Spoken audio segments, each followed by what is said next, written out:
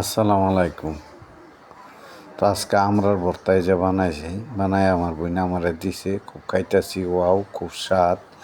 মানে এত স্বাদ আমরার ভর্তা, লগে হালকা চিনি পোড়ামরিচ টোড়ামরিচ দিয়া সব কিছু দিয়া খুব সুস্বাদু করে বানাইছে।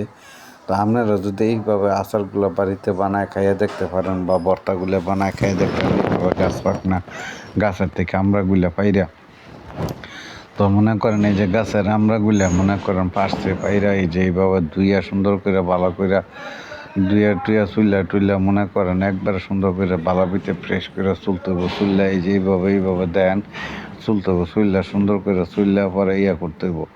তো এই যে আমরাগুলা এই যে আবার ধুইতে হবো, কষগুলায় বার হয়েছে, কষ্টগুলায় ধুইতে হবো, ধুইয়া না ধুলে হাত পিছলে যাবো, বলতে পারতো না। তো আমরাগুলো অনেক সময় পিস করে খাওয়া যায়, না পইলেও খাওয়া যায়। তো এইভাবে মনে করেন আগে কুচি কুচি করে খাইলটা পরে এইভাবে করতে হইব, পয়লা লইতে হইব। পয়লা লইয়া পরে ভর্তাগুলো আপনার যদি কষলায় সুন্দর করে বানায় তো খুব স্বাদ লাগবে। আর ওইভাবে খাওয়া যায়। আমরা সবভাবেই খাওয়া যায়। আমরা একটা ভিটামিন পুষ্টি জিনিস এবং আয়রন টায়রন সব কিছুই আছে।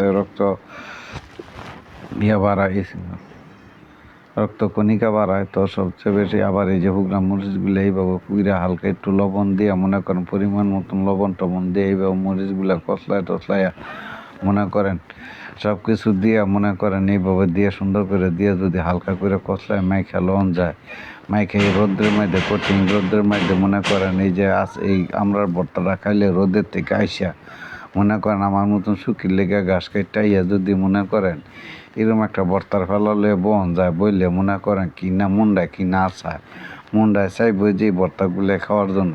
তো মনে করেন আমিও মনে করেন চাইলে বেড়া না, আমিও করে পাত পর মনে করেন চামিচ দিয়ে কটা মাইরা দিলাম, মারার পর মনে করেন কি কইতাম, ওয়াও এত একটা মজা লাগছে, মানে মজা এত মজা হয়েছে। রোদের তাই এবার মনে করেন গোসল করে আইয়া মনে করেন বইয়া জনে আমরা ভর্তাটা খাইলাম, মনে করেন কেমন যে লাগছে। বা এই রোদের কাইল এত একটা কাইল কান্ত্রিক শরীরের মধ্যে ভর্তা খাইছি, অনেক ভালো লাগছে। আমার ভিডিওটা আপনারা বেশি বেশি শেয়ার করে দিন, কমেন্ট করেন। আসসালামু আলাইকুম।